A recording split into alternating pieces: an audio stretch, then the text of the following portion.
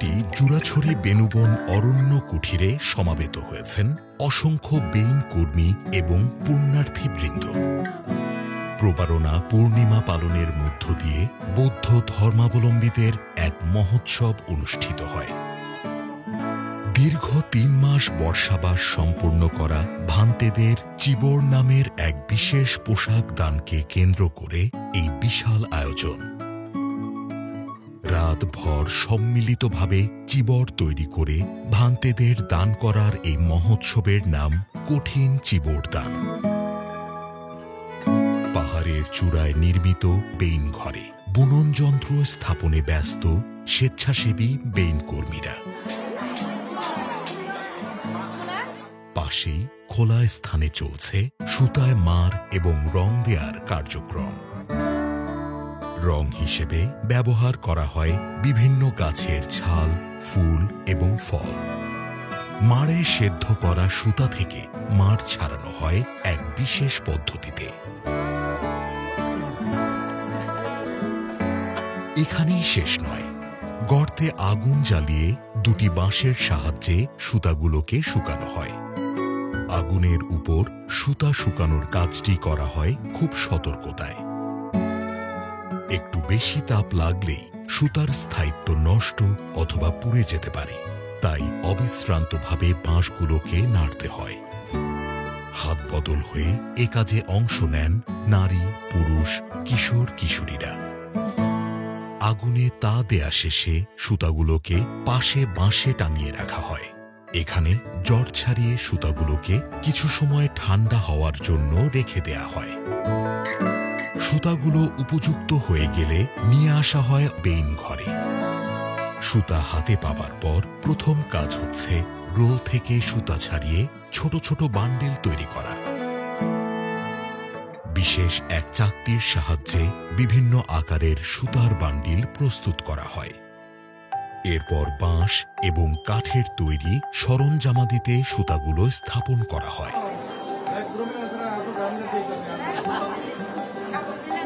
আধুনিক প্রযুক্তির সহায়তা ছাড়া নিখুঁতভাবে স্থাপন করা হয় একটি একটি সুতা। মাত্র ২৪ ঘন্টা সময়ের মধ্যে কাজটি শেষ করতে হবে। তাই একাধিক কারিগর সম্মিলিত হাতে কাজটিকে দ্রুততা দান করেন। সুতার একটি একটি পাকের মাধ্যমে রাতভর চিবর বুনবেন শিল্পীরা, যার প্রতিটি ভাঁজে রয়েছে ভক্তি, শ্রদ্ধা এবং ভালোবাসা। বেইন শিল্পীর সকলেই নারী। তরুণদের উপস্থিতি থাকলেও তুলনায় তা কম। প্রজন্ম থেকে প্রজন্ম এরা নিজেদের পোশাক নিজেরাই তৈরি করে এসেছেন। তাই সনাতন পদ্ধতিতে পোশাক তৈরি করার শিক্ষাটি বংশ পরম্পরায় পাওয়া। তবে ঐতিহ্যটি কতদিন টিকে থাকবে তা নিয়ে সন্দিহান প্রবীণ বেইন শিল্পীরা। আধুনিকতার প্রলোভনে তরুণরা পোশাক তৈরিতে দক্ষতা অর্জন নাও করতে পারেন, এমন আশঙ্কা বেইন শিল্পীদের।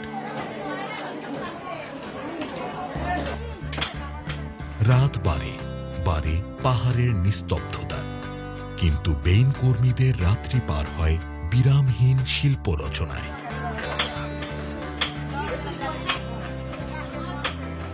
নান্দনিক আলোকসজ্জায় বিহার তখন রূপ নেয় নৈসর্গিক এক সৌন্দর্য ঘাঁটিতে।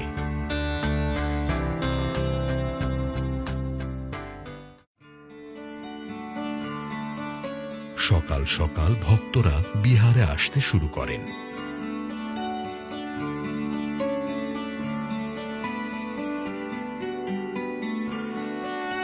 ভক্তদের নিয়ে চিবর দান অনুষ্ঠান সম্পন্ন করার জন্য পাশের আরেকটি পাহাড়ে স্থাপন করা হয়েছে সুবিশাল ছাউনি। ভক্তরা এখানে এসে জড়ো হন এবং ভান্তেদের জন্য অপেক্ষা করতে থাকেন। অনুষ্ঠানকে কেন্দ্র করে বিহার প্রাঙ্গণে বসে আদিবাসীদের ঐতিহ্যবাহী বিভিন্ন পণ্যের মেলা। মেলায় নারী এবং শিশুদের উপস্থিতি চোখে পড়ার মতো।